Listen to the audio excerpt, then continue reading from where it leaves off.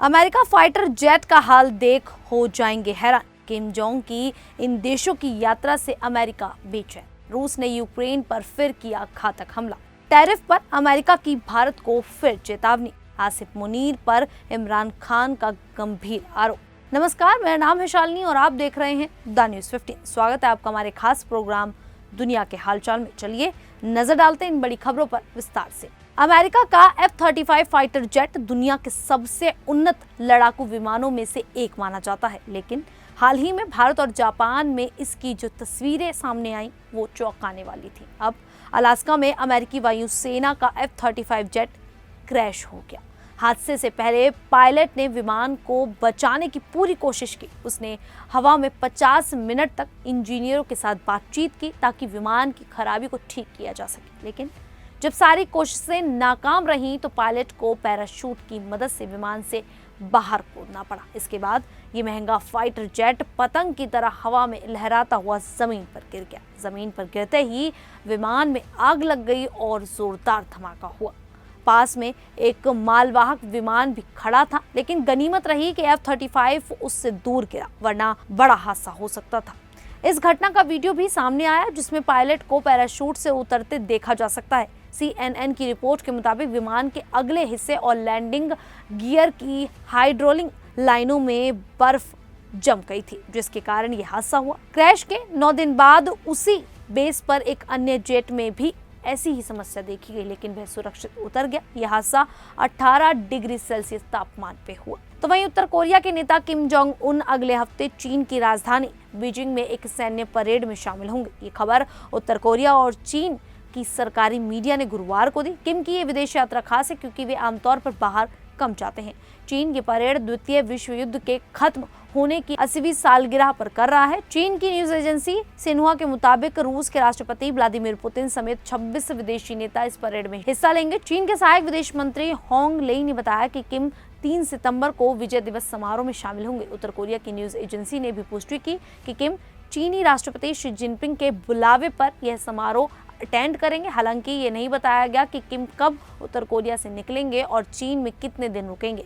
इस परेड में अमेरिका या बड़े पश्चिमी यूरोपीय देशों के नेताओं के आने की उम्मीद नहीं है, क्योंकि यूक्रेन युद्ध को लेकर उनका पुतिन से विवाद है। अगर किम बीजिंग जाते हैं तो यह 2019 के बाद उनकी पहली चीन यात्रा होगी। उत्तर कोरिया ने पहले भी कई बार अमेरिका को धमकी दी और परमाणु मिसाइलों का टेस्ट कर अपनी ताकत दिखाई है। ऐसे में किम की इस यात्रा से अमेरिका का परेशान होना स्वाभाविक है। वहीं दूसरी तरफ रूस और यूक्रेन के बीच चल रही जंग में रूस ने यूक्रेन की राजधानी कीव पर फिर से बड़ा हमला किया है।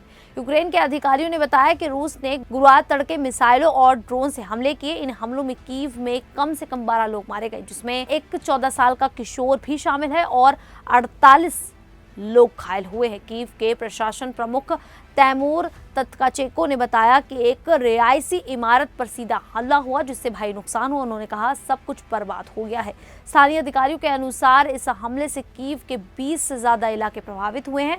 मलबे में फंसे लोगों को बचाने के लिए राहत टीमें काम कर रही हैं। ये हमला इस महीने की शुरुआत में अमेरिकी राष्ट्रपति डोनाल्ड ट्रंप और रूसी राष्ट्रपति व्लादिमीर पुतिन की अलास्का में युद्ध खत्म करने की बातचीत के बाद कीव पर हमला बड़ा हमला है। इसके अलावा खबरें हैं कि रूसी सेना ने डोनेत्स्क प्रांत के प्रोटेस्क क्षेत्र के कई गांवों पर कब्जा कर लिया है।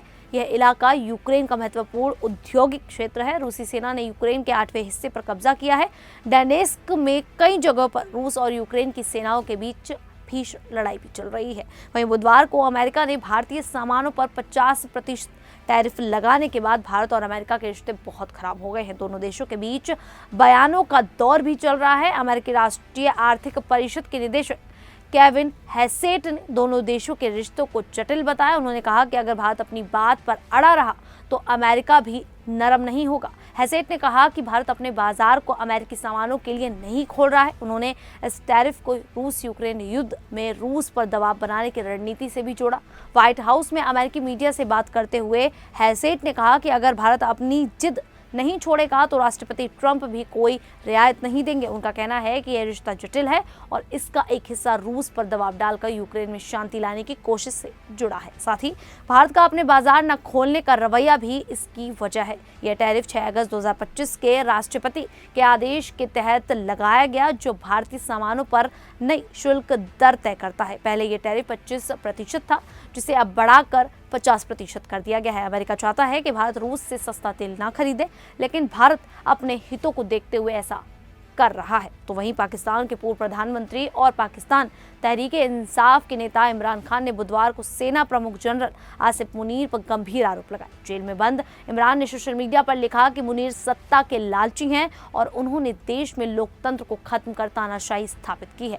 72 वर्षीय इमरान ने कहा कि मुनीर को नैतिकता और इस्लाम की समझ नहीं है। इमरान ने 9 मई 2023 के दंगों का जिम्मेदार मुनीर को ठहराया। उन्होंने कहा कि ये दंगे मुनीर की साजिश थे और उन्होंने सीसीटीवी फुटेज भी चुराई। इमरान ने आरोप लगाया कि मुनीर इन घटनाओं को अपनी सत्ता बचाने के लिए इस्तेमाल कर रहे हैं। उन्होंने कहा कि पाकिस्तान में अब लोकतंत्र नहीं बचा, सारी ताकत मुनीर के हाथ में है। इमरान ने तंज कसते हुए कहा कि इसीलिए अमेरिकी राष्ट्रपति डोनाल्ड ट्रंप ने प्रधानमंत्री शहबाज शरीफ की बजाय मुनीर को बुलाया। इमरान ने बताया कि उन्हें जेल में अकेले रखा गया है। 3 महीनों में उन्हें सिर्फ 3 बार मुलाकात की इजाजत मिली। उनके वकीलों और परिवार से भी संपर्क नहीं करने दिया गया। इमरान ने कहा कि उनके कुछ रिश्तेदारों का अपहरण हुआ ताकि उन पर दबाव बनाया जाए। उनकी पत्नी बुशरा बेगम को भी 8 महीने से अकेले रखा गया है और उनसे इमरान को छोड़ने के लिए कहा जा रहा है, लेकिन वह उनके साथ खड़ी हैं। आप सभी को ये जानकारी कैसी लगी, आप हमें कमेंट करके जरूर बताइएगा। अभी के लिए इतना ही, फिर हाजिर होंगे ऐसी ही देश और दुनिया से जुड़ी बड़ी खबरों के साथ। तब तक के लिए देखते रहिए द न्यूज़ 15।